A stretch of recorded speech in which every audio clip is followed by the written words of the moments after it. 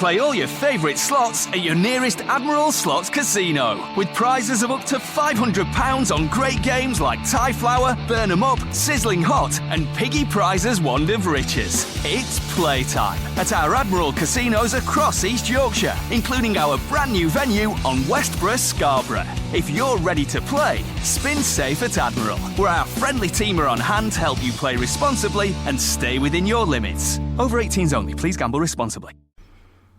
Hi everyone, this is Gareth. I had just uploaded, locked in, edited, not in that order. I'd recorded, edited, uploaded the latest podcast episode for episode 8 of Dexter Resurrection. And then my hosting provider sent me an email to say congratulations on your 150th episode. And I thought, wait, what? I can't bury the lead. 150 episodes of this little podcast that I do. So, yeah. Nice little thing to celebrate. 150 episodes of Dissecting Dexter. So I thought I'd just record a quick message to shoehorn into the front of this podcast and let you guys know too.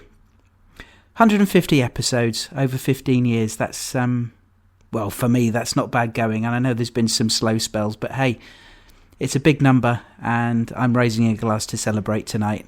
Thanks everybody for your support over the last 150 episodes, and here's to the next 150.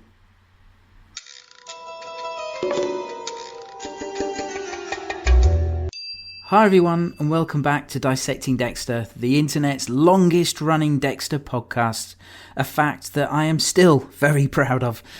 I'm Gareth, you are very welcome. I'm broadcasting to you here from a very warm and sunny Yorkshire again.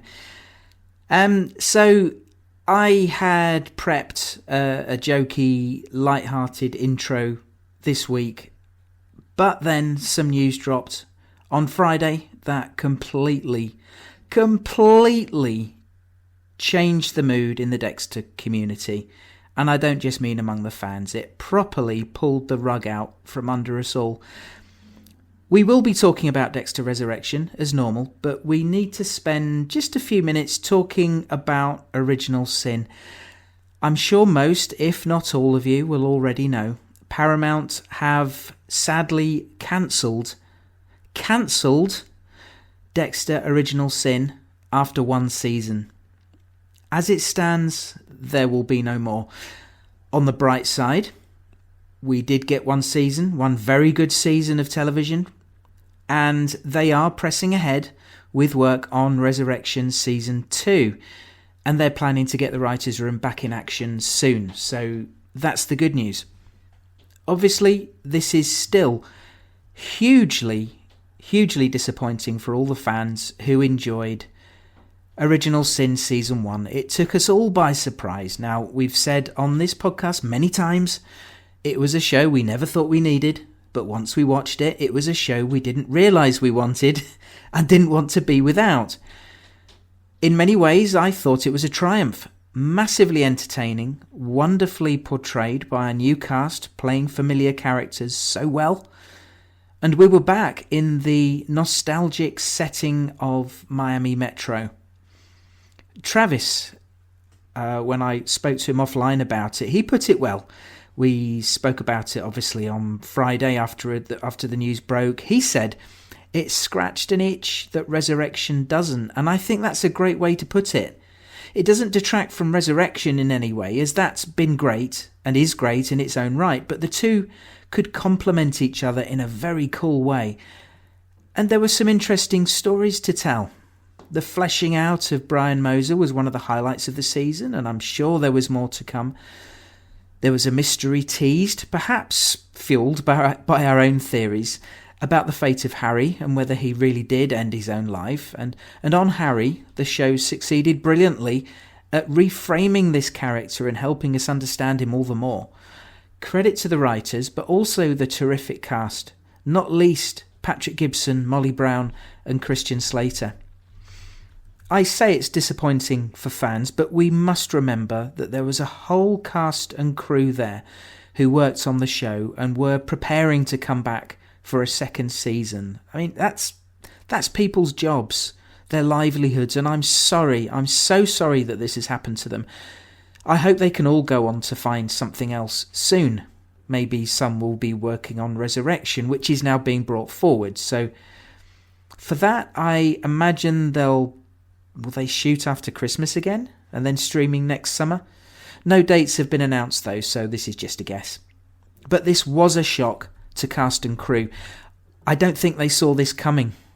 Scott Reynolds was on the podcast only about 3 weeks ago, and he said then that work hadn't yet begun on season 2, but he wasn't worried. Now, we know there were things going on at a high level in Paramount, which of course I did not expect Scott to comment on, and I didn't ask, but he was confident things would be going ahead. And now, a few short weeks later, this cancellation seems to have been sprung on the producers, cast and crew, seemingly out of nowhere. I've spoken with both Scott and Robert Lewis since the news broke, both understandably shocked and saddened. Scott emphasised how they had such plans for Original Sin, how they'd planned for it to grow and make it necessary within the whole Dexterverse, and we were excited to see that happen, weren't we? Robert said cast and crew were shocked and heartbroken. Some of the cast have taken to social media to express their reactions. This really does seem to have come out of the blue, although with what was going on at that high level within Paramount, it does seem that they were maybe looking to cut costs, which meant quick wins for them by cancelling a show or two, and maybe they looked at the Dexter franchise and saw 2 shows there and saw Resurrection as the bigger of the 2. From what I've heard from fans, it seems like if it was a choice between the 2, Resurrection would be the one they'd keep. But that does feel a little bit like Sophie's Choice, doesn't it? And that's not to detract from Original Sin. At the time, it was Showtime's most successful streaming show, only recently surpassed by Resurrection, which has done even bigger numbers. Clearly, Dexter as a property was of great value to Paramount and Showtime, and still is. But that makes it all the more strange to me that they'd cancel either of them. Personally, I couldn't believe it when I got that first text from Nick Henderson. I just glanced at my phone when it lit up and I thought, what the? I hoped it was just a scurrilous rumour out there on the internet and based on hearsay and not fact, but no, it was true and I was gutted. You know, dear listeners, you know I loved Original Sin. It quickly became a show I didn't want to be without, and so many of you felt the same way. For what we can do now as a fan community, there are 2 or 3 petitions on change.org, people signing up to protest and ask for the show to be reinstated. The links are on my social media, at Dissect Dexter on Twitter or Dissecting Dexter on Blue Sky, and facebook.com/Dissecting Dexter, but you can find them easily enough. Dexter Daily has posted articles about them. Have a look on there. I would strongly urge you to sign all of them. Nothing to lose. It can only help, can't it? You could contact Paramount directly. Be polite and constructive, but that can't hurt either. The more voices that cry out, the more they're likely to listen, he says optimistically. Other shows have come back from cancellation, from fan pressure in the past. The Expanse is one that I watched that came back from the dead, I remember from recent memory. What can't happen though, I believe, is another network can't pick it up. The rights to the Dexter franchise sit exclusively within Paramount Showtime, so it is very much their thing. Anyway, I'll keep you posted if I hear any news as we go along. Let's get back to the usual podcast, shall we? You are listening to Dissecting Dexter. We're back on track this week after I had a few days last week and a few days away and had to split the podcast. It was well worth it for me. We celebrated my sister-in-law's big birthday. We got her a very nice Dexter-themed birthday cake. Shout out to Dolly's Vegan Bakery in Boroughbridge, Yorkshire. But my sister-in-law, Zelly, she is a very big Dexter fan. She was hoping, given the size of the cake, that maybe Michael C. Hall was going to pop up out of it, but alas. My influence didn't stretch that far. We all spent some time in the Lake District, where long-time listeners will know is a place I go to often. It's my spiritual home, to be honest. We got up into the fells and climbed one called Black Crag, which sounds like a place from Harry Potter or Game of Thrones, but is the name of one of the Lake District mountains. Got some incredible views from up there and had a great time. I nearly managed to lose my kids on the way back down due to some dodgy navigating by yours truly. All turned out well though, no harm done, but gave me a little shot of adrenaline for a nervous 20 minutes, which honestly I could have done without. My wife and I, we couldn't get enough of the Lake District last week, and we did a day trip back there yesterday at the last minute. 3-hour drive each way, which is a long way for us here in the UK. We got there at lunchtime and walked about 9 miles up in the northern fells. We were absolutely pooped when we got home at about 11 o'clock last night, and I'm bloody sore today. My legs put in a proper shift and I'm feeling it now. Luckily, my voice is okay and I'm fit to podcast. We are back to dissect some new Dexter together as we get ever closer to the season finale. Only 2 short weeks away. This one is very much a setup episode for that finale, I think. So I'm getting a bit tongue-tied. I said my voice was okay, didn't I? I think there are some big revelations still to come, don't you? And I can't wait. If you're new to the podcast, welcome. We are spoiler-free here, and I don't normally do 10-minute intros, I promise. It was just the original Sin news. I couldn't let that go without addressing it here. We are spoiler-free. I don't watch the coming soon previews. I don't read the synopses for upcoming episodes. I've got no inside scoop on the plot. I try to stay as authentic and fresh as I can. If you like what you hear, and I hope you do, you can show your support for free by leaving me a nice review or 5-star rating wherever you're listening to this. I also have a Patreon page which helps cover the cost of producing and maintaining the podcast. Patreon.com/dissectingdexter is the place where you can support from as little as £2 a month. There are different reward tiers, but all supporters get ad-free access to new episodes. Check out the Patreon page for all the details. I'm conscious I do this spiel every week, and some of you might be getting bored of it, but my weekly thanks go out to everyone who supports me there. Thank you for your generosity, and particular a special thanks to the higher tier Patreons: Ryan, Nick, John, Des, Phil, Jennifer and Kelly. And also thanks to my newest supporters, Mike and Raylene. Alright, let's crack on, shall we? We've got some Dexter to dissect. Dexter Resurrection, Season 1, Episode 8, The Kill Room Where It Happens. Original air date, August the 22nd, 2025. Directed by Monica Raymond. Story by Tony Saltzman and Dane Anderson. Teleplay by Tony Saltzman. Saltzman is a co-executive producer for Resurrection and has been a TV writer for about 15 years, writing for shows like Nurse Jackie, Goliath and Them. He also wrote on New Blood. Dane Anderson. This looks like a bit of a break for him, actually. It's his first writing credit as far as I can see, and is listed on IMDb as a writer's assistant for this series, although he's been writer's assistant for several TV series already. Now, I recall Scott Reynolds getting his start on Dexter in this position, so it's great that they're giving others a similar shot. Who knows, maybe in 20 years' time, Dane will be running the show. All the best, Dane.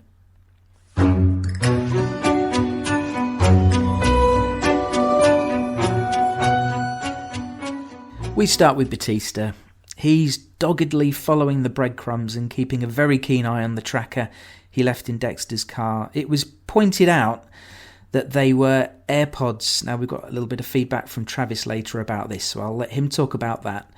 But within the scope of the show, they are doing the job.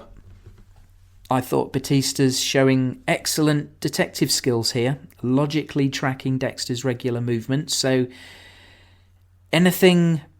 Actually, that sounds like I'm talking about something else. Regular movements. He's plotting out his regular routine, places he spends the most time so that anything abnormal will jump out. It also further confirms something that came up last week in feedback about how Dexter's still making money. He's still very much taking rideshare fares. And Batista's making an audio log of his investigation, which I think is quite smart. If anything happens to him, his phone recordings could be found and could be useful for someone else. Actually, him talking into his iPhone like that reminded me of how I used to record every one of my podcasts. I still do on the odd occasion, but it made me reminisce for a minute. I did smile when Angel mentions the Cuban restaurant and gets a little bit distracted briefly thinking of the food there. And I love the transition from this scene, going from the map on his pinboard to the overhead shot of Dexter driving along the same street. Very cool. Dexter's plotting to make a move on Al, but Al's making his own moves, leaving New York and heading home to Wisconsin. He's going to miss Prater's final dinner. I liked that he's packing lots of souvenirs, including his own #1 dad gift. Does he have to buy his own best dad gifts? Is that, I wonder, a little insight or just maybe a tiny hint of what his relationship is with his children? I don't know. It was just a thought when I saw it. Al's demeanour is so affable and light, it's hard to imagine him being a cold-blooded serial killer. Well, maybe not that hard after last week's show and tell, but he comes across as such a nice fella. You could imagine being easily liked by people, like Dexter is. The comment about his wife ovulating as further reason for him getting home quickly was funny. Little too much information though, perhaps. Dexter persists, maybe a little too much, but Al agrees to meet him later for a drink, after he's been to the theatre to see Hamilton. We catch up with Prater. He's checking out the place where his police gala is going to be held. The only thing to catch my attention in this scene really was how he asked the event organiser how her daughter was. Seems like he's paid for her medical treatment. It could just be genuine interest in someone he's tried to help, but it could be a little reminder that this lady's indebted to him and she'd better do her best. Just a little hint of his controlling personality, perhaps. Prater and Charlie have a chat because she's got concerns about Red. Just a feeling, she says. Prater's incredibly obnoxious and once again just tells her to do her job. We see later what that entailed, but it's funny how he mocks her supposed theory. He lays it all out, but it's exactly what has happened. This scene really puts to bed any theories that he already knows that Dexter is Red and that he's really the Bay Harbor Butcher. It wasn't a theory that I ever fancied, but I know a lot of people did. For a while, maybe it was possible, but Prater never gave me the vibe he was suspicious of him. Charlie, however, is suspicious. What is the first goddamn rule of the code? Don't get caught. Why did you take them? I wanted to remember. Remember what? To kill. You're listening to Dissecting Dexter. Oh my God. We join Harrison in Central Park with Dante and Elsa. It's nice to see him interacting with the kid. Elsa talks about how the dickhead landlord has made things worse and she's thinking about staying somewhere else. The Empire Hotel's full for Prater's gala though, so she can't stay there, and neither can Harrison, which leads to his request from Dexter later on, asking if he can spend the weekend at his apartment. And it makes me wonder, especially with how the episode ends, if he's going to be in harm's way if people go there to sort out Dexter. I could see him having to kill to protect either himself or his dad. Maybe. We jump into a big rock music drop. It's Personality Crisis by the New York Dolls, as Dexter's found a place to take care of Al. Still pretty risky. A wig shop on a busy New York street. The owner's away on vacation. But with plenty of ponytails on display, it's certainly appropriate for Al. We see Dexter preparing the kill room there. His shoulder's still bothering him though, which leads to a scene later with the acupuncture. At the same time, Batista's watching the tracker and works out Dexter's deviated from his normal routes, but when He gets to the location, he can't see any sign of him. Meanwhile, Claudette's doing some online research into Miami Metro's history, the Bay Harbor Butcher, the death of LaGuerta, Batista's promotion to captain, what happened with Captain Spencer. Now, we've been talking about Original Sin, haven't we? This last one jumped out at me because during Original Sin there was some criticism that all that happened with Spencer, captain of Miami Metro, killing a kid, abducting his son, but he was never mentioned in the original series. I think the creators got a little bit of a bashing on some of the forums and social media because of this, how in the original series, with Miami Metro being investigated for the Butcher, no one ever once mentioned that one of their own had been a murderer in the past. Now, we talked about this during Original Sin. I thought this was hugely unfair because any reasonable person would understand that when season 2 was being written, they had absolutely no idea that in nearly 20 years' time a prequel show would happen. How could they? And I bet back then they wouldn't have dreamed that Dexter would still be going at all. Anyway, I liked another little bit of connective tissue between Resurrection and Original Sin, and it's good that they have had the opportunity to do this. We get back to Dexter, and as I say, he's getting some more acupuncture. I wonder if these close-ups are a real acupuncturist. They're pretty gentle. I can't remember if I asked this last time he got the treatment, but I wonder if Michael had these needles stuck in him for real, or if they're a special effect. It looks real, that's for sure. More importantly for the plot, we learn that Blessing's not been himself. He's been grumpy and a bit thoughtless with his family.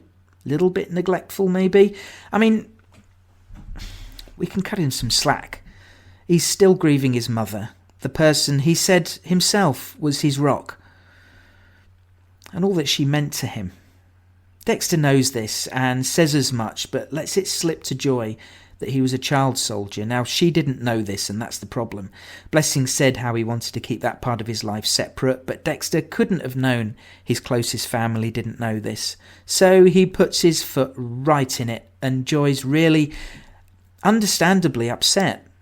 Dexter berates himself for making this mistake, but it's a perfectly regular human mistake to misread a situation or just inadvertently put your foot in it and say the wrong thing. We've all done it.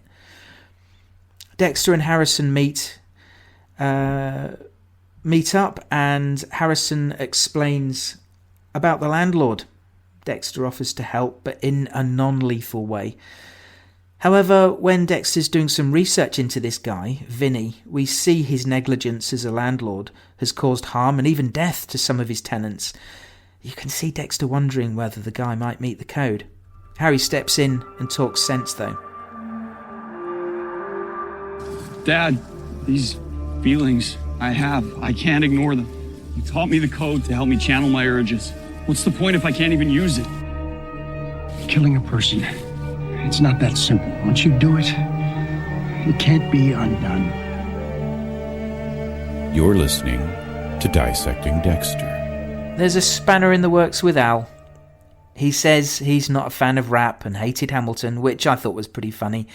Maybe this is some subtle commentary by one of the Dexter writers. I don't know. I just throw it out there. But Al's left town early and is well on his way home. Dexter tries to pry and find out where Al lives in Wisconsin, but he's not telling. He says they'll meet up again at Prater's next year. Then he throws his phone out of the window, which was interesting.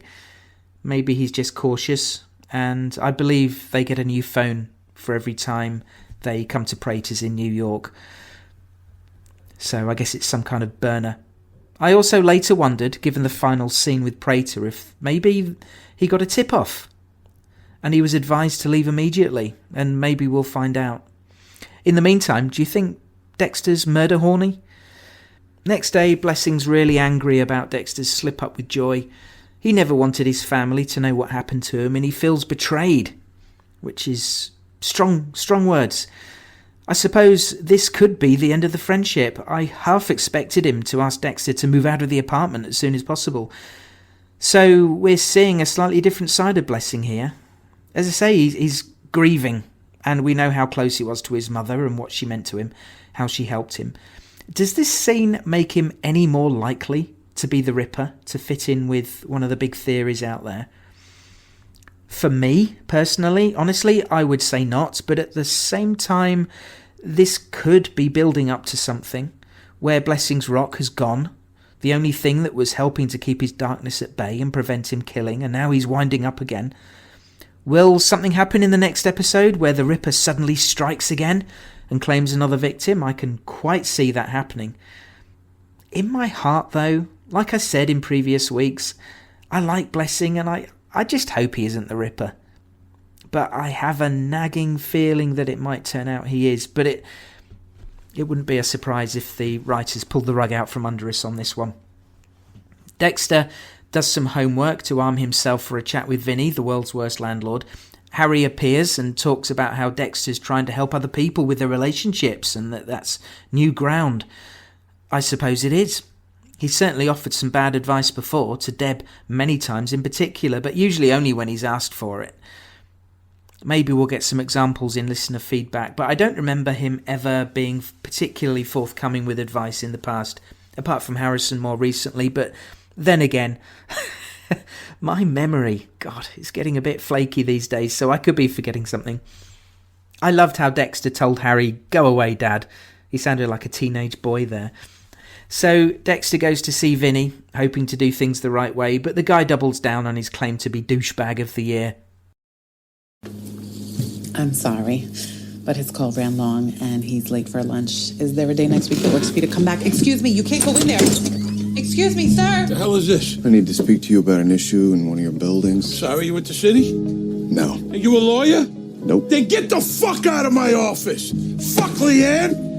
What the fuck? I'm not running a fucking circus here. I'm sorry, sir. I told him he couldn't go in there. Do your fucking job. Harrison showed incredible restraint not killing this guy. Hope I can be like my son. Dexter has to resort to more familiar methods, but I liked his comment about showing more restraint, being more like his son. The good old M99, and into the back of the car he goes. I liked how that person walks right by, so glued to their phone screen they don't notice the abduction happening right in front of them, or maybe they did and just didn't care. I didn't expect Dexter to kill Vinny though, he just wants to give him a good scare. Back with Harrison, and he has a date with Gigi. They get on really well. Harrison's kind to her when she talks about her wrist injury, and the evening ends with sexy time. Gigi does seem nice, and the way they smile at each other, it's quite sweet. Perhaps they have a connection that will last beyond this. Then comes the high tension. Dexter really puts the fear of God into Vinny, and it does the trick. But the show's edited well as we cut between the table and Batista, being the canny detective and following the tracker information. Did anyone think he'd actually walk in on Dexter and catch him red-handed? Play all your favourite slots at your nearest Admiral Slots Casino, with prizes of up to £500 on great games like Tie Flower, Burn 'em Up, Sizzling Hot, and Piggy Prizes Wand of Riches. It's playtime at our Admiral casinos across East Yorkshire, including our brand new venue on Westborough, Scarborough. If you're ready to play, spin safe at Admiral, where our friendly team are on hand to help you play responsibly and stay within your limits. Over 18s only. Please gamble responsibly. I had the feeling it would be close, that's for sure. It was quite funny seeing Vinny in his boxer shorts run right through Batista, knocking him on his arse, fleeing for his life.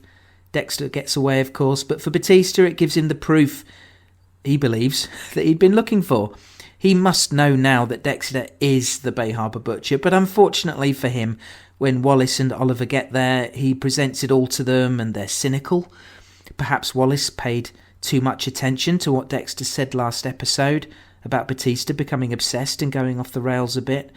But it sounds a little like the rantings of a madman, how it's presented, and it's almost suggested he set this up himself. Batista knows though, but what can he do next? It was a good tense sequence there, and I could feel the frustration from Batista, knowing how close he was, but now he's going to be further motivated now, isn't he? Now he's got some proof. Dexter's angry, though. and he finds the AirPods and smashes them, further scuppering Batista because he can't evidence the tracker showing Dexter's location to the detectives. When he says, "I'm putting an end to this," what do you think he means? He can't mean killing him. I don't think that for a minute, although we're probably meant to think that he's maybe entertaining the thought. Could he properly discredit him, maybe set him up in some way so he has to leave the city? What could he do? He wouldn't deliberately put him in actual harm's way, would he? Let someone else do the job and kill him. I mean, we talked before about how a parent will put themselves at risk to save their offspring, how he might resort to extreme measures to protect his son. I don't know. I'd like to think Dexter and Batista's history together still counts for something, and that he understands Batista's perspective. If he did, though, I don't think it'll make any difference. Rule number 1 still applies. Don't get caught, but what can he do? Next morning, he's anxiously peeping around the curtains like a bank robber on the run in one of those old movies. He's feeling paranoid. He knows Batista's a good detective, but through Harry, tries to convince himself that he was careful and didn't leave any forensic evidence. Batista's acting alone. Harry suggests that he stops killing and stays off the radar. Meanwhile, Wallace is doing some checking into Batista, and she calls Joey Quinn. Nice to see him again, but he does nothing to help Batista's cause. We knew he intended to retire, but if they said he'd already done it, it passed me by. I remember they had that conversation in the Miami bar about his intention to retire. But no, he has actually already left the police force, so he has no legal jurisdiction or police powers, yet he's waltzing around New York like he has. He seems even more like Captain Ahab after his white whale. Quinn says he's a good guy, but that doesn't count for a huge amount. Despite Wallace being a very canny and intelligent person, I don't know how much she's going to indulge Batista now, unless she sees something more and she's not let on yet. When she's talking to Quinn, though, she wasn't getting the answers she expected from him, and looks down at the handset and asks if it's a poor connection, like Quinn wasn't getting what she was asking. I love that gesture, like looking at the handset is going to tell her anything. We're in the episode in a restaurant. Vegan Michael C. Hall as carnivore Dexter Morgan taking a big mouthful of a rare beef steak. I have to ask, has he gone full method here, or did they use a meat substitute like Satan, which is made from Vital Wheat gluten and can look very much like meat, or did they use a CGI steak? Did they use a real steak? You be the judge. I liked Harrison's comment as he regarded his dad across the table, saying he thinks Dexter has a good sense of justice. Now that's nice encouragement for him from the person he wants to succeed for. However, the moment is broken by the arrival of a certain person and Dexter's face falls. Prater. Shit. I didn't know you had a son. Charlie outside leaning against the car looking smug. I love the cliffhanger, but the big question for me is how the hell did they find him? I'm sure it will become clear next week, but I just can't think how they found him. Not for sure. Or can I? The only thing that they had was Red's apartment, and Dexter's not been back there. Will it turn out that Tyden's theory from last week will prove correct and Charlie did take Dexter's blood when she tended his wound? She got it checked and found a DNA match identifying him as Dexter Morgan. With the name, they could have done what Batista did and checked the DMV records to find his new address. And they're just I'm getting tongue-tied again. And then just follow him from there. Maybe that'll be it, in which case, well done, Tyden. But the cat's really out of the bag. If not, maybe this situation could be salvageable and he could bluff his way out. Talking to my wife after the episode and in the days since, because we've talked about this show a lot over the last few weeks in between episodes, we came up with another possibility.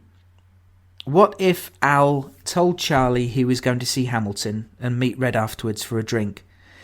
Charlie saw an opportunity to follow Dexter, so she was there watching Dexter wait, and then she followed him. which means she could have followed him back to his apartment to find out where he lives now. She could have followed him the next day. She could have seen him capture Vinny, take him to the wig shop. I mean, she would have known straight away that was a break from his usual MO, so she'll have thought something's up. Maybe she saw Batista break in, maybe she didn't. Maybe she was watching the back of the building where Dexter went in, but maybe she saw Dexter escape in a big hurry. And then she followed him from there and on to meet Harrison the next day. As I say, she was certainly looking very smug and pleased with herself in the street outside. But really, it remains to be seen how much Prater knows at this point, and like I said, it could be something Dexter can wriggle out of. Why wouldn't Red have a son and want to keep him secret from a gang of serial killers? Maybe a vegan eating a beef steak will be harder for him to explain. It will be a very interesting conversation next week, though, and I can foresee Prater doing some cartwheels around his mansion when he hears he's been entertaining the Bay Harbour Butcher all this time. Whew, the mother load. Good episode. Not at the level of last week's, I don't think. That had some really amazing character moments, but this week's moves things along, no doubt, and does a lot of work to set up the season's conclusion. Scott Reynolds writes next week's episode 9, and he's got a great track... What's wrong with me today? Tripping up on my words. He's got a great track record of writing some doozies. It's the penultimate episode of the season, but first, let's find out what you guys thought of this one. Listener feedback. As always, you can get in touch with me by emailing dissectingdexter@gmail.com. Maybe for the first time, all the feedback this week is voicemails. And actually, I think I've received the fewest bits of feedback for a new Dexter episode in a long time. I wonder whether a lot of you were just shell-shocked by the news about Original Sin. We've had some tremendous episodes this season, and I think this last one, maybe it didn't hit the same highs as some of the others, and you guys just weren't inspired to theorise to the same degree, although we've certainly got some big talking points. What's up with Blessing? Batista nearly catching Dexter in the act, and just how much does Prater know? Here's our first voicemail. It's from Michelle. I felt like this episode was just anxiety-provoking and setting us up for what's next. Poor Angel. I mean, it's so hard not to feel sorry for him. He's looking like he's nuts, but that's kind of what I said in my last message that made me wonder whether, because everyone was going to dismiss him and he can't let it go, if he would follow Dexter to the dinner party, thinking he was revealing who he really is, only to find out that everyone there already knows, which would be a horrifying moment for him. But after Prater having approached him, now I don't know what to expect at the dinner party. I mean, who gets to be there when everybody's gone? Everybody else is gone. Except for possibly the Ripper. Maybe that's the reveal there. Blessing's "You Betrayed Me" was a little bit creepy and scary. But I had gone back and was watching that Paramount preview clips for the season, and it still looked to me like it was Blessing wielding a sword, which I just got the impression looking at it that he was going to be helping Dexter with something. So I wonder if it's just all this sort of misleading stuff coming up about the darkness and creepiness in him just again so we can watch that he can overcome it, so he can see that his family can forgive him, and to show us that he's capable of killing someone, but not that it's necessarily his inclination. Anyway, those were just my quick thoughts. Thanks for listening. I look forward to hearing what you and the other fans have to say. Thanks, Michelle. Yes, poor Angel. He looked like Crazy Man. Nothing he had in the wig shop was admissible.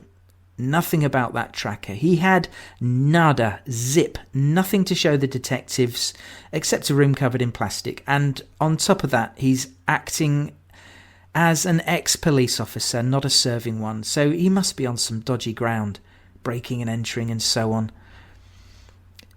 Now, I don't know if the dinner party will still go ahead at all. They've not mentioned it again, and only Red's left, with Al having left town. And who knows how the conversation with Prater goes next episode. But if the dinner party does go ahead, wouldn't it be fun if it was Prater, Red, and the New York Ripper? The reveal happens there, and Dexter finds out at the same time we do. And wouldn't it be awkward if it was Blessing? It's all seemed to have been set up that way for it to be him. But, as I say, I wouldn't be surprised if the rug was pulled from under us and it's someone else. Would you think it's someone we've met? It's got to be, hasn't it, for it to have much impact at this point? Which might be an opening for Jonah Mitchell. Who knows? We'll see. To your other point, Michelle, I've tried to forget about that glimpse we got of Blessing in the trailer. You know I avoid the coming next previews, but I, of course, watched the pre-season trailer like everyone else did, and we did a podcast about it. We do have some action to come, and it could still be that Blessing's the Ripper, and he goes to the dinner party, picks up the sword there. Does he use it to attack Dexter, or go after someone attacking Dexter? This could go in so many directions. Thanks again, Michelle. Let's hear from Des next. Hey Gareth, it's Des! Full confession, I had to message you in the middle of the night watching the episode because I kept pausing the scene with Batista. I couldn't handle it. I couldn't handle it. I was actually a little punk. Had to message you in the middle of the night. No spoilers, of course. I want to respect the channel. So let's dive in because the second that Batista pulled out the recorder, I said, oh no, he's pulling a Lundy. I hope not, but I'm already seeing a lot of season 4 parallels, so bear with me. Tell me what you think. Episode 8, the kill room where it happens. Loved it, and then loved that Al ended up actually going to see Hamilton. The layers, I appreciate it. Enjoyed that tonight's the night to make a lot of money. And that scene with Harrison, I got really sentimental. I love how much he knows about boats. It made me wonder, like, could he possibly remember anything from childhood? Or maybe his life in Argentina also brought him to boats, you know? Those Morgan men. Except, how old is Harrison supposed to be? Have we clarified this? I thought he was supposed to be like 16 in New Blood. And now in this season, I was like, maybe 17 at most because it's only been a few months. But like, he's got a lot of mature scenes going on. And I'm like, that boy is underage. I am uncomfortable. But maybe he's 17 in the age of consent. Either way, I just feel like that later scene went on longer than necessary. I'm glad he's found some companionship and sought out Gigi. But I was like, okay, this scene is getting gratuitous.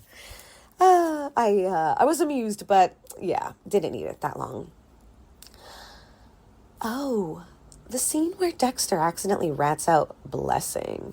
I was mixed on that because on the one hand, that's unusual for Dexter to just volunteer information about someone like that. And number two, on Joy's end, like it starts with Joy generally being unprofessional. Like she's not at the level where she's professional enough to do this type of job and keep her emotions in check, and she's injuring Dexter. I mean, Dexter does not yelp or say ow for no reason.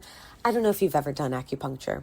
I've done acupuncture, and there are tender spots. Like they get hit, you do yelp, but that's what I'm saying. She's finding those tender spots because she's good at what she's doing, but she's distracted by what's going on with Blessing, and that was kind of devastating. That scene with Blessing afterwards, like, it's the first time that I think Dexter has to confront betraying a friend. Because Dexter doesn't have friends for long, does he? So that was intense. Oh my God, and then Al slipped through his fingers. Oh my God, all I could think to myself was Al is so wicked. I love this actor. But also, did you notice while he answered the phone, he was doing hand exercises with one of those strengtheners because he's the strangler. I loved that little detail. I mean, it was horrifying, absolutely. But the attention to detail is what we are here for. Excellent. And then I said, and there's the quote. Oh, right. How would you feel if your son knew you had killed a person? They got us with that one. But the scene was excellent. I thought it was well done. So now we have irritable Dexter, and I really enjoyed how uncomfortable the secretary, Leanne, was around him while he was waiting for the landlord. Because I'm sitting there like, girl, that man is literally a serial killer. You should feel uncomfortable. Oh, man. And then that scene with the stalking over the head, I audibly cracked up. When he had pulled it up over his face, but he kept it on like bunny ears in New York. He's like, God, I love New York. Same, buddy, same. For different reasons. But the comedy is on par. It's amazing how we're having such suspense, and the comedy is just fantastic. So yes, everyone, listeners, full confession, I had to, I emailed Gareth in the middle of the night because I had no one to talk to about the show, and I had to pause that scene with Batista almost finding Dexter so many times. I was not okay. I could not handle the suspense. I felt sure that this is the kill room where it was going to happen, and I was like, what's going to happen? And I thought it was going to be him getting caught, but he got closer than ever. He got a room full of plastic. And I mean, hilarious. Dexter did a bang-up job scaring the crap out of the landlord. But I definitely was having palpitations. How did y'all feel? Were you okay? I said to myself, the suspense is trying to put me on its table. Well, he got closer than ever. He got a room full of plastic, but he tripped up. I would have said, like, dude, take images, record this, let it be found. Let it be found by police. Let it be found that it's weird. But no, he calls, and the discrediting of Batista is like heartbreaking. I can't. I mean,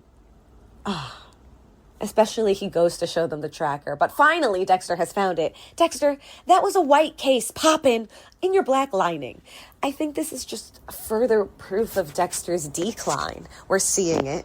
He is wanting to reclaim his status, but he's out of practice. He had been sober for too long to just pick it up like nothing, even though he is continuing to get away with it. We will give him that credit. But I'm loving these slip-ups. The end, I literally screamed. But I have this fear that I'd like to share. It's appropriately dark for the Dexter universe. And I said I see some tie-ins with season 4 between the Lundy moment that we're seeing with Batista seeking the serial killer that he knows is out there, except he knows his face. I have this fear that Batista will become so discredited and so desperate that he may take his own life. I don't think I could handle that. It would be as devastating as Rita. And I really don't think we need to compete with that. I don't think we need to compete with that, but I needed to share it because I could see them doing it. They've heard us before. We've all been burned. We keep coming back for more, but we've all been burned by Dexter. Hey, thanks, Des. I'm glad to be of service. You know where I am if you need to drop a message to help keep yourself grounded mid-episode. Failing that, take it out on any cushion you have nearby. Harrison's age was confirmed as 18 when Scott was on a few weeks ago. He's grown up fast, hasn't he? And the scene with Gigi did make me think he's got a little more experience in that department than the average 18-year-old, or I don't know, maybe times have changed since I was that age. God, who am I kidding? Of course they've bloody changed since I was that age. What a dumb thing to say, sorry about that. Good catch with Al there, using the hand exerciser. A strangler needs strong hands, right? Pretty dark and disturbing detail there. Your theory at the end there, wow, would Batista really take his own life? He's certainly getting discredited. He's got no job to go back to unless he asks to be reinstated. What's he got apart from this? He is desperate, and desperate people are loose cannons. He could do anything now to avenge his wife and see Dexter brought to justice in, I don't know, at this point, any way, shape or form. Thanks again. Hey Gareth, Nick here. Yes, it's me. I'm back. I've been gone for a little bit. I haven't really said much on the show. I apologize. It wasn't my intention. I was out of town for a week, and then I've been sick like twice this month. I don't know why, but it's been hard to keep my head above water and keep up with my reviews for DexterDaily.com and keep up with the show, and I'm finally starting to get my head above water, so here I am. I'm back. I'm ready to talk about more Dexter Resurrection. Before I do that, though, it's only prudent that I mention how sad and how disappointed I am in the recent cancellation of Dexter Original Sin. This is no doubt some of the fallout of the recent change in leadership, the merger with Skydance, all that. On one hand, it kind of makes sense that they'd want to pick one and focus on it, and Resurrection would be the obvious choice with Michael C. Hall so involved, and that's the one that's obviously doing the big numbers because of Michael's involvement. But,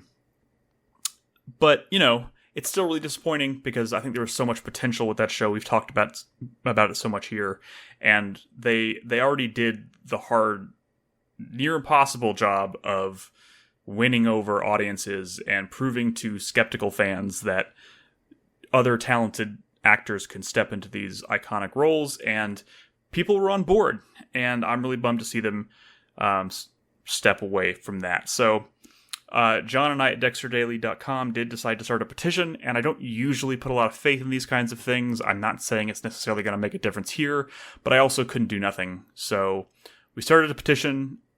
I started it this morning officially, and it's already closing in on 2,000 signatures, I think. I'm hoping we can get a lot more. I know there's other petitions out there. So if anybody out there is listening and wants to sign it, I'm sure you can find the link. It's on DexterDaily.com. It's in my socials. I even collabed with you on Instagram for the post, so you can find it there, Gareth. But if you want to show support for the show and just send a message to the writers and the actors and the people behind the scenes that we do care about Original Sin, I'd encourage you to sign it. It couldn't hurt. But anyways, that's neither here nor there. I'm here to talk about Resurrection. We're on episode 8, the kill room where it happened. Again, I haven't really had a chance to talk to you or anybody here in the group about my feelings for the last 3 or 4, 5 episodes. I don't know. Apparently, in my last review of episode 7, I angered the internet by expressing some very mild disappointment in the speed at which Gareth was dispatched after that really incredible twist at the end of episode 6. But with that said, again, I think that was another really strong episode. In fact, I don't think there's been a weak episode in the season so far, and we're 8 episodes in. That's really exciting. So, where to start with episode 8? I guess, first of all, I'll say this. Clyde had implied in several interviews at the beginning of the season that not all of Prater's group would die this season, and that we may see them in future seasons. And Al was not the one I would have put my money on, but here we are. I think that's crazy. Unexpected, and that's what I like, but crazy. Seeing Batista put in the work this week was great, and seeing him finally make his move is like a dream come true, narratively speaking, as a fan of the show for years and years and years. I loved hearing him walk us through his investigation thought process at the beginning of the episode. I hope we get more of that, but, it's episode 8. There's a lot of people who don't even think he's going to survive the season, so I'm not sure if that's in the cards, but we'll see what happens. I continue to love the father-son dynamic this season. Seeing Dexter come back from the brink and Hilo's relationship with Harrison is really awesome. And especially the fact that he's doing it by embracing the truth for the first time is really thematically appropriate, I think. Every week he just continues to try and find that balance between being a killer and supporting his son the right way by not trying to project onto him like he did in New Blood. In fact, it's been this really great emotional journey if you think back to where Dexter was at the start of New Blood. And that's the kind of thing that I was afraid would be impossible to pull off in Resurrection. But it's a miracle. I think they're doing a really, really fantastic job of that. I loved the playfulness of Harry in this episode, or Dexter and Harry. Their dynamic here, I think, was hilarious. A little different than we're used to, but very good stuff. And I liked how once Al slipped through the cracks, Dexter was trying to kind of like pull a fast one on Harry and play fast and loose with the code a little bit, and Harry had to keep putting him in check. That was great. But when he did finally put Vinny on the table that he had set up for Al, it was just really smart and clever. The way, the fact that he had no intention of killing him. He was just doing it as a way of helping his son, which is really touching and really kind of fucked up, but I love it. That's why I love the show. That's why I love the character. Classic Dexter. When Batista crashed the kill scene, that was super intense. I loved it. It actually reminded me of that trap that LeGuerta set for him in season 7, because for whatever reason, anytime you see one of these classic characters walking through a Dexter kill room, it's just this great emotional payoff. It's like, it's something I never thought I would see with my own 2 eyes, and it just makes those moments really special. Though I was really bummed to see Batista kind of fumble the ball so hard when he tried to prove all of this to the detectives. It was hilarious, but come on, Batista, you what did you think they were gonna say? This sounded crazy. But anyways, in the interest of time, I guess what I'll say right now is just kind of give you a broad overview of where I stand at the moment in terms of like kind of the ongoing theories and whatnot. Is I suspect that they're setting up the New York Ripper to be the main villain in season 2. I am not necessarily on board really with Prater being the Ripper, even though I know a lot of people think that. Though I did grow a little suspicious this episode when he started to creepily ask that his event coordinator about her daughter all of a sudden. It kind of made me think of all the victims that were flashing up on the screen when Detective Wallace was doing her presentation last episode. I don't know if it means anything, but it just made me think that. I definitely don't think it's Blessing. In fact, I'd be willing to bet at this point that it's nobody we've even met yet. So I really hope they can keep that mystery going for a while and then really pull the rug out from under us later. But, you know, all in all, I think this was another fantastic episode. In fact, like I said earlier, if you ask me, I don't think there's been a bad or an underwhelming episode this season. It's kind of incredible. I hope they can take that momentum and keep it going through the last 2 episodes and into season 2, especially now knowing that Original Sin is not moving forward for the time being. Fingers crossed that they change their mind on that, but whatever. For now, I'm going to sign off because it's time for me to kind of delve into my own review on Dexter Daily. So if anybody wants to check that out, I'd appreciate it.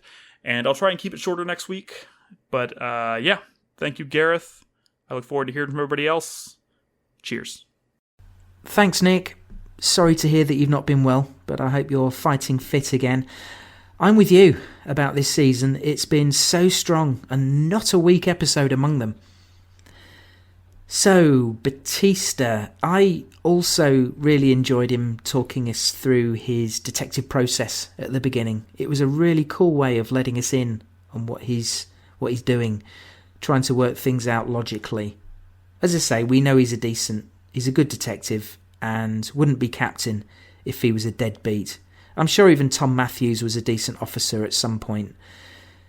Many fans still think that Batista's not going to survive the season, and I could see that. But I can also still see Dexter saving him at some stage. We know Angel's desperate now, and could follow him somewhere that he shouldn't and put himself in mortal danger. Dexter, he wouldn't ever stand idly by and watch him die, would he? I echo your thoughts about Dexter's emotional journey since the start of New Blood. Where he was back then to where he is now, thoughtfully and with consideration, trying to balance honest fatherhood with his dark urges, and now trying to guide Harrison in non-destructive ways. This really is one of the successes of the season so far. Thanks very much, Nick. Always good to hear from you. All right, moving on, here is Travis. Gareth, what are we going to do? We've only got 2 more episodes of Dexter Resurrections left. 2 meager episodes. This week, we got that terrible, awful, no good, very bad news that Original Sin got canceled, despite the fact it was reportedly Showtime's highest, most streamed show ever after Resurrections, and despite the fact they already announced they were going to bring it back, so they just fucking lied to us. And now we've got this long off season. Remember back in the salad days of cable, your show would end and you wait 9 months and they'd pump another one out and you'd be good to go. Now in streaming days, shows can take fucking 2-3 years to come back. I know Severance or Stranger Things or any other number of shows. It makes you scared. We don't want Resurrections to do that, so we can only hope that they're really prioritizing getting this stuff out every year. But anyway, enough about that. And on to this episode. I want to give a shout out to whatever department is in charge of making like cell phone and computer interfaces look realistic. In this show, Dexter and his son are really using Apple iOS, or Detective Bee Gees is really using Google. The original Dexter series famously had terrible instances of this. That's why we got things like the Elliott search engine or the My Shout page. I understand that it has something to do with licensing, like they'd have to pay to show the real Google or the real Facebook or something like that. And I like that they're putting the money in this one to do it, because it looks real. It really it doesn't take me out of it when I see, like in the original show, Deb would text and it'd just be white Arial font text on a blue screen that says Deb. So good on them for that. Also good on the continuity department. Dexter's laying on the acupuncture table this episode, and he's still got his scar from all the way back in season 1. They gave his character a scar. He had gotten it when he was a child, and it's still there. So I like seeing that. And I loved seeing there was a shot where Batista's walking around New York, and he's looking for wherever Dexter's hiding out at. And I had the thought that I was like, what a beautiful show this is. And, what a shame we don't have a show filmed in the real Miami. I feel like it would look really, really good, if the people behind the scenes here took it to the real Miami to film stuff. I don't know if that'll ever happen. Even if this story returns to Miami, there's no guarantee they'll actually film there, because I understand hurricane insurance is prohibitively expensive. That's why they didn't film the original series or even Original Sin in Miami. But still, we can dream. I just want to say regarding this episode, I hate to be a downer, but I think this was the first fumble in a while. The show was on a hot streak for me. I was loving it. And this episode I got turned off a little. I guess the Grand Arca thing is all there, and maybe that's all that matters, Batista getting close to catching Dexter, Batista getting framed as the Bay Harbor Butcher. What?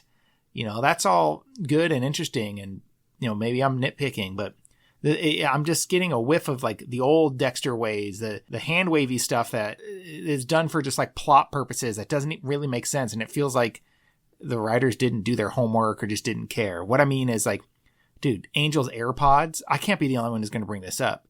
AirPods don't have GPS trackers on them. They don't even have Wi-Fi connection. You need Bluetooth to track AirPods, right? Batista's phone isn't connected to any Bluetooth source in Dexter's car or anywhere, right? Even if they were, we get the impression Batista's tracking Dexter for at least a week, maybe multiple weeks. He's got his whole pattern figured out. The battery wouldn't last that long either. What the writers meant to have Batista use, or what they thought he was using, was air tags. But I guess the department that I just previously had complimented didn't inform them. And then Dexter planning on killing Al. He plans on killing him on like this busy ass street. This building all fully lit up. His only safety is a sheet of plastic and a single plate glass door with like a lock that's pickable by Fat Finger Batista. It's done for plot convenience so Batista can find him like that. I feel like a quote unquote real Dexter, any real person with brains would be like, well, I've got this fully abandoned, fully functioning furnace that I frequent. Why don't I just take all my kills there? That could be my new kill pad. It was stuff like that where it's like just very convenient. Like, oh, okay, Batista can catch him because Dexter just made the stupidest choice possible. Okay. We were on a roll, and that kind of bugged me. I also kind of feel like the police were being willfully obtuse in like ignoring Batista's stuff. Like, clearly he knows he doesn't have a warrant to track Dexter, but he wasn't trying to get an arrest that night. He was just trying to get their attention. Like, hey, I'm not crazy. Check out what I have. And then we can like mount like a real investigation based off of, now that we're all on the same page. Like, come on, man, you guys were best buddies. You really don't believe this guy. What kind of police sense do you have? These cops need to be working for Miami Metro if they're going to have this terrible common sense to distrust Batista, Angel La Pasión Batista. Oh, I think you hit stop just a fraction early there, but thanks, Travis. I know exactly what you mean about the representation of technology, computer, phone screens. It used to look very unrealistic back in the day, but I think you're right in the reasons why. But I appreciate the effort that they're going to make screens look genuine in this show, and using what looks like actual Apple OS. Attention to detail again.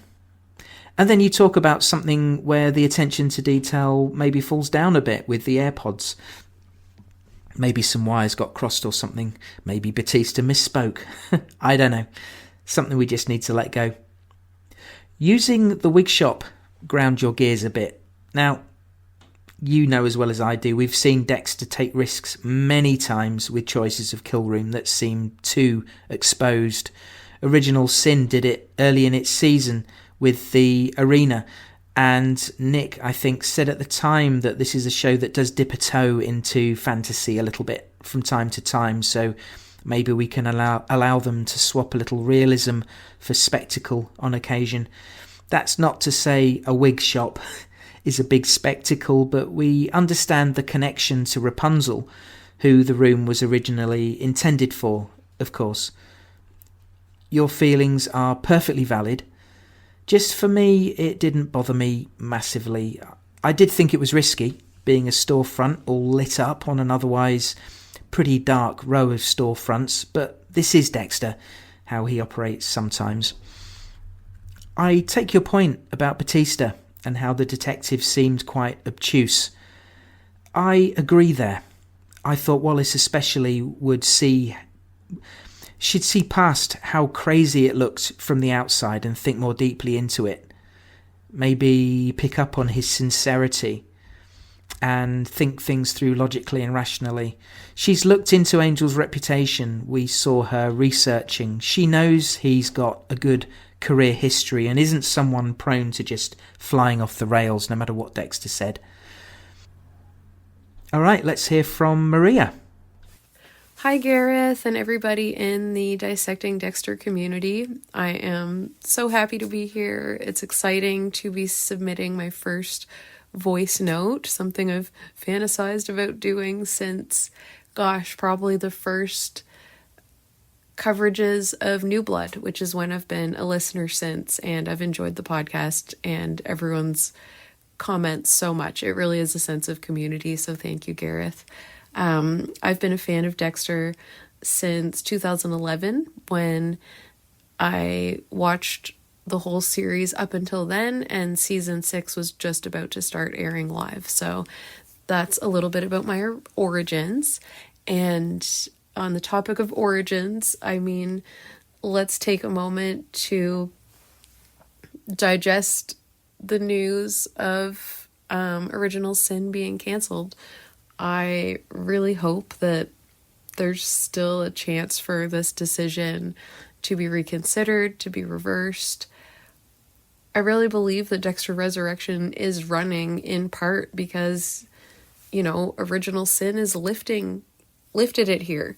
I think it brought back a lot of really positive attention, added some really neat storylines, and I think there's just something really unique and special alone about this 90s Miami vibe, about it being like a really fun timeline and setting. And again, the team just really appeared to gel so well. And I really hope that they will reconsider and that we can, we could see more of Dexter Original Sin on our screens.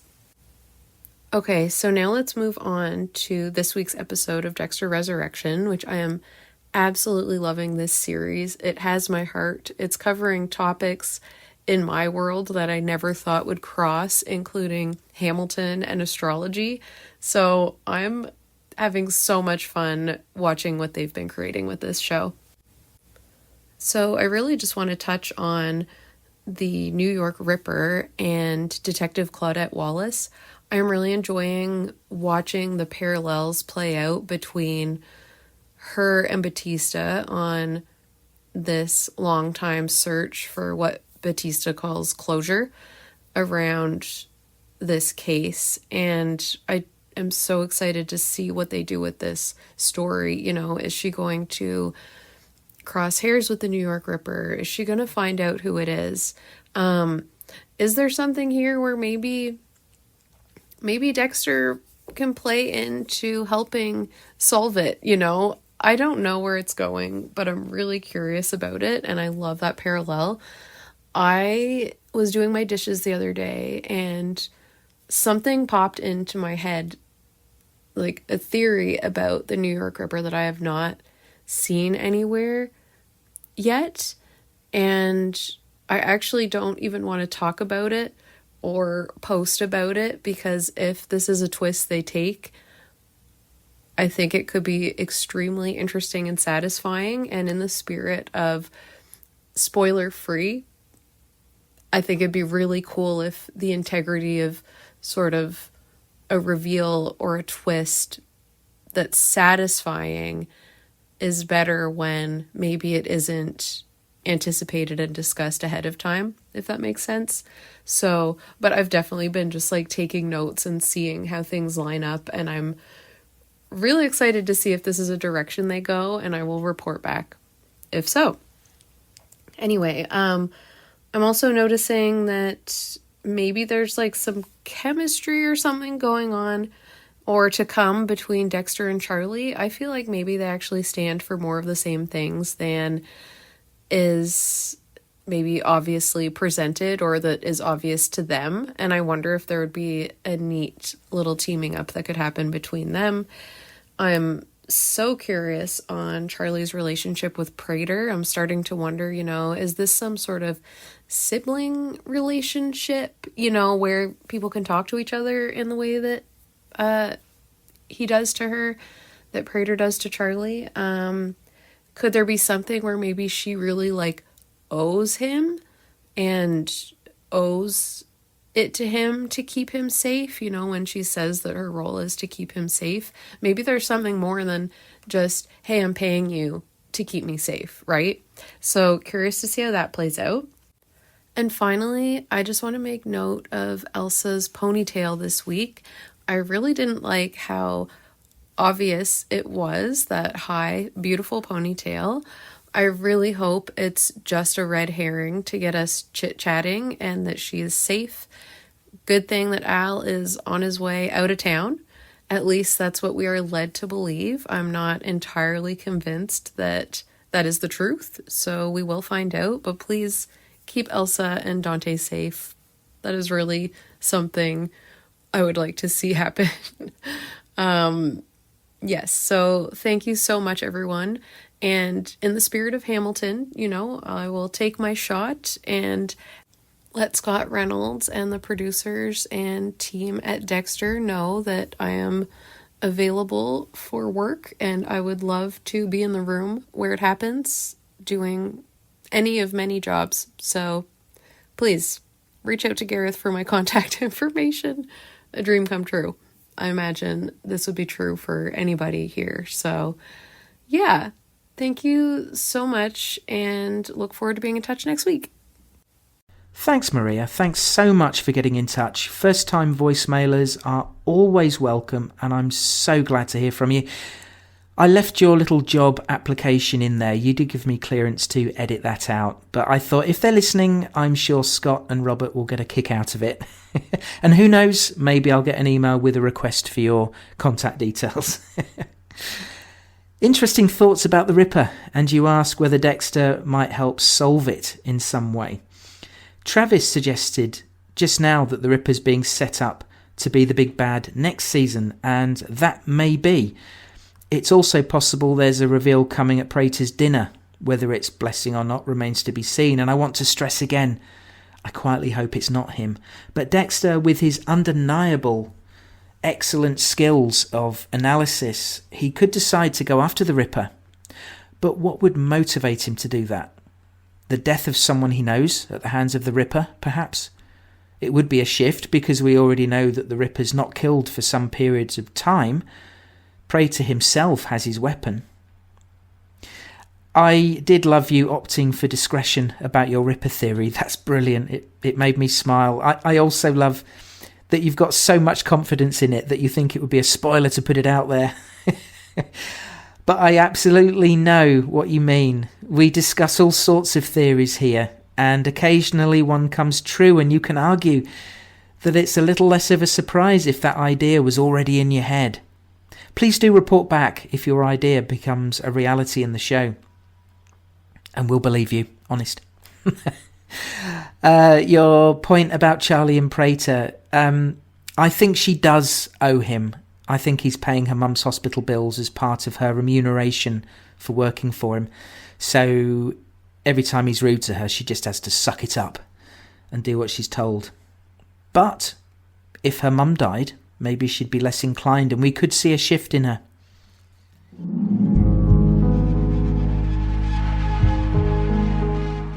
Alright, thanks to everyone who got in touch this week. I'll keep this bit brief again, things to do and all that. But once again, if Scott and Robert are listening, on behalf of myself and all the Dissecting Dexter listeners, we are incredibly saddened and sorry about the fate of Original Sin, and we send our very best wishes to you and all of the cast and crew for whatever comes next. Okay, I'll get going, but we'll be back in a few days for the penultimate episode. As I say, it is written by Scott Reynolds, so we should be in for some fun. Join me next week and we'll dissect it together. Until then, thanks for listening. Take care. Bye for now.